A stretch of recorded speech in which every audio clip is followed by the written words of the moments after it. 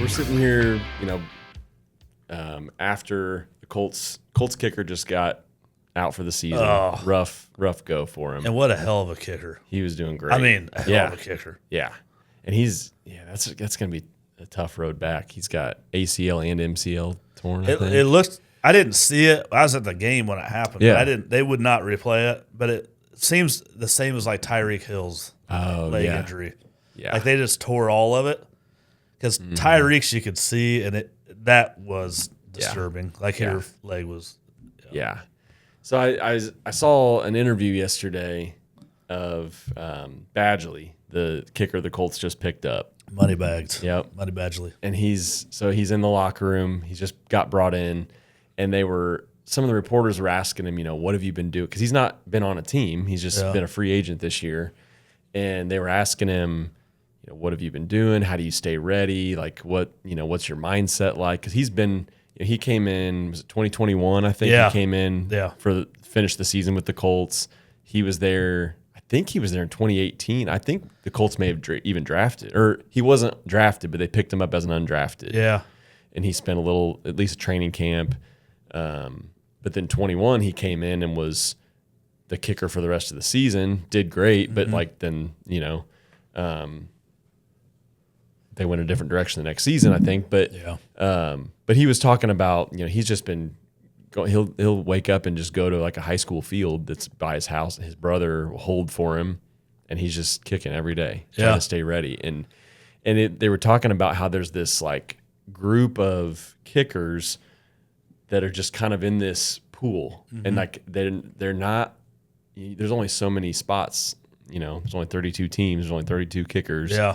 And so there's more kickers than that, and every year there's new kickers coming into that they're pool. fresh. Yeah. So a guy like that can be brought in and just expected to just do well, and so I don't know. I was just thinking about that, like your thoughts on a guy like that where he's sitting there and he just has to stay ready. Yeah. And then all of a sudden he gets a call, and for him it's a great opportunity. He's walking into a great team that has a really good chance of going number one. Yeah, going pretty far.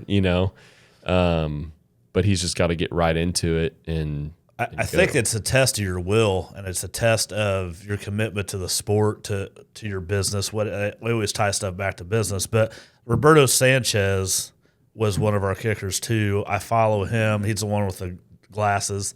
He kind of looks. You're talking about Hot Rod? Yeah. Yeah. Rodrigo Blankenship.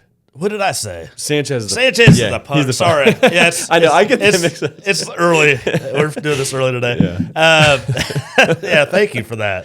Didn't want to correct you. I'm so sorry. No, I need correction. If Jen's not here, correct me. Thank you. No, he puts on his Instagram, he will make every kick throughout the weekend of all the NFL games. Like every game winning, the yardage, the wind, the angle, and he'll just post it to show everybody that he's ready. What's interesting about today's day and age, back in our day, is you have that capability to say, hey, this is what I'm doing every day. Put it on your story. I mean, the things that we all have nowadays that we take for granted, like that smartphone and social media, YouTube. I mean, my God, there is so many tools at your disposal for free. Yeah. That you can take advantage of for free.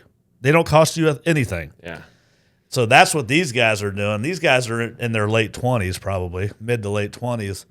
So they're younger than us, but they've identified, hey, if I show interest, I think Colin Kaepernick did that for a long time, but his political whatever just got in the way of that. Yeah. So that's probably, I don't know if that's a lesson or just something to be aware of. Yeah. There's a time and place for things. You just don't come into people's workplaces and shout on the top of your mountain. Shout, from the top of the mountain what your feelings are on a topic. But anyway, but I think that's awesome that people are doing that, because it shows, hey, I'm committed. And the people like the younger generation, I'd pay attention to those guys, because they're teaching you and they're paving a way to, like, hey, we didn't get it. It's kind of going back to marching up that mountain. You don't have to make it the first time. You can turn around and come back. That's what those guys are doing. Yeah. They're saying, hey, we didn't make a roster or a team. We still want to play. We're still good enough to play. and your time will come. And be ready. Be ready when your name's called, because when it is called, there ain't many second chances, Oh yeah, especially third or fourth chances. But that second chance is a gift from God, man. and that's honestly that's a mindset of a kicker anyway. They're sit on the sidelines. They never know when it's going to be their time. Yeah, and they don't get to. I mean, they warm up on the sidelines. They kick a little bit, but you're standing there a lot of times just cold waiting for an opportunity, and you go out and you get one chance at it. I mean, the Colts got a second chance a couple games ago. That was cool, but I mean, that doesn't come very often. Yeah, I tell Bo that all the time. Like you just never know. You just never ever know, and you got to take the opportunity when it presents itself. And you may not think you're ready, but you're ready. Give it all you got, and don't worry about it. Yeah, easier said than done, obviously, but no, the Colts. I mean, they've gone through so much adversity the past 2 years. Well, for a long time, really, but especially this year, last year. Yeah. And the team that they've built with all this scrutiny, all this negativity, your draft. I was one of them for real. I'm like, what the hell are we doing drafting these guys? And then old Danny Jones. I mean, you talk about the stars aligning. That's culture right there. And Steichen and all those guys, they just ignored it. They didn't even talk to people about it. And I think that speaks volumes, really. It's like, you know what? Criticize us. Tell us we suck. Tell us we don't know how to draft people. Tell us we don't know how to coach. The owner dies. The girls take over. You know how stressful and uncomfortable for those girls? I mean, they're billionaires. Good for them. You could be a billionaire and still be uncomfortable. Oh, yeah. These girls, these ladies are kicking ass. They really are. And they don't really care what you have to say about it. Right. That takes balls, man. And that's admirable to me. That's very admirable to me. To be in a room of 60,000 people with 60,000 opinions on you, you can feel that. And they do it with grace. I mean, yeah. Well, you bring up, I always get confused which daughter is which, but the one that's been on the sidelines with the headset on. Yeah. She's been doing that for last couple seasons. Yeah. And I'm sure obviously Jim was getting older, and like they knew that at some point he was going to either step down or unfortunately passed away. Yeah. And, so like they were preparing for that, but she got a lot of people making fun of her for being on the sidelines wearing a headset. Like owners don't typically do that, you know. But she's now when she's been asked about it now, she's like, I'm going to be making decisions on whether these coaches are staying or if I'm going to hire, and I need to know if they know what they're doing. Yeah, I think she said that. Yeah. I need to know they know what they're doing. Yeah. And if you're going to be the person that's going to be in charge of that decision, you better. Like she never played, but she needs to know enough to know if the experts that she's hiring are doing what they're supposed to do. And I think that was kind of a cool because she got people made fun of her for the last 2 seasons of being on the sideline like that, but now it looks pretty smart because she's in the position now where she has to hold people accountable. Trendsetter. Yeah, I mean, I've never owned a NFL. Or a big team you like haven't? that. No, never. Had an opportunity once on Madden NFL 2024. Just kidding. No, but I think people think like I'm a control freak or I just want my hands on things, right? I want to know that we're definitely going in that right direction. And if I was owning a team like that, I think I would have to be on the field. I think I would want to feel it. Being up in that, and I've been up in those press boxes, it is a different feeling. It's almost like you're not at the game. Yeah. So to see it from that angle, I just feel like there's too much disconnect, and they are showing the world or the league, hey, this is how we're doing it. And not a lot of people thought the Colts would even be a 500 franchise, and they're number 1. Yeah, which is, we all go to the games all the time, and I'm absolutely shocked. Still to this day, like, holy crap, they're talking Super Bowl, like talking about 0 to hero in one season, And that's what's funny is like people make, and you hear this, people make fun of stuff you do until you win. Yeah. And then they're trying to figure out how you did it. And then they want to be your best friend. Yeah. Keep in mind, keep a list of those people, by the way. Yeah. And that's real life. That's real life, and that's Yeah. business. Like, there's people that will come to your side when things are going real good, but the 2, 3, 4 years before that, when you weren't that, they didn't even know who the hell you were. They didn't even care. So be mindful of those people, for real, because those people do not have your back. Those people do not want you to win. Those people just want to be around people that are succeeding, and that sucks. Yeah. Those people, I could see those people 100 yards away. I mean, just get out of here with that. Yeah.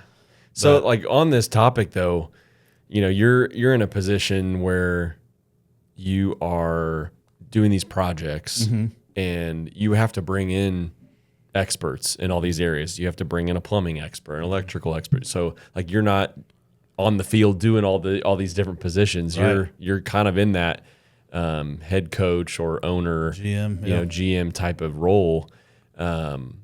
But I'm sure because you have the experience of doing a lot of that work yourself, do you feel like that gives you a leg up on finding good plumbers and electricians and all these subs that you work with because you've been in that position before? Yeah, failure and defeat teaches you a lot. And we've had a lot of losing seasons, so to speak, and a lot of losing projects. So, yeah, I know what I'm looking for. Doesn't mean I'm always getting that. But the team that we've built and we're continuing to build, like our plumber, our electrician, our framer, our cabinet guy, our tile setter, I mean, all of them are just awesome people. They've been with us for so long. Now, we've gone through some other tile people. We've gone through some other painters, some other whatever. Pick the topic. And we give people second chances, third chances like that too. But if they just don't get it, we just have to move on. There are things I look for and listen for when I do bring on new people, and you can see it and feel it. If they say, "Man, I understand what you need, and I've got you. Like I'm not gonna let you down." Elio was the first one that ever told me that. This was 5-6 years ago. I was doing a job, and a pretty good sized job. I had a painter kind of flake out on me. I met this guy, Elio, and he looked me dead in the eye and goes, "I got you." And I'm like, dude, that felt good. Like, it just felt good. Yeah. And it never, ever left me. And I'm like, man, that guy, he means it. So I checked. I'm like, you going to really be there on Saturday? I drive by. He's there on Saturday. He does what he says he's going to do, right? So you can, after a while, and this isn't 100% accurate all the time, but you can kind of read through people and see if people are just looking for a quick paycheck, and you can see if people are like here for the long haul or they want a longer lasting relationship. That's what we're looking for.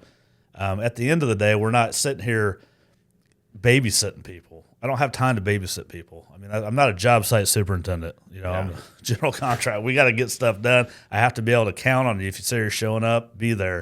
If you say you're going to lock up, the simple things. But once you get your core people, you're kind of set. Now, that does not mean, it's just like football, every year's different. There's trades, there's new people coming in, there's people retiring. There's an ebb and flow of life. But you keep your main people, and they understand what you want, and it's awesome. But it takes a minute to get there. You're going to go through hell to find those people. But once you find them, hang on to them.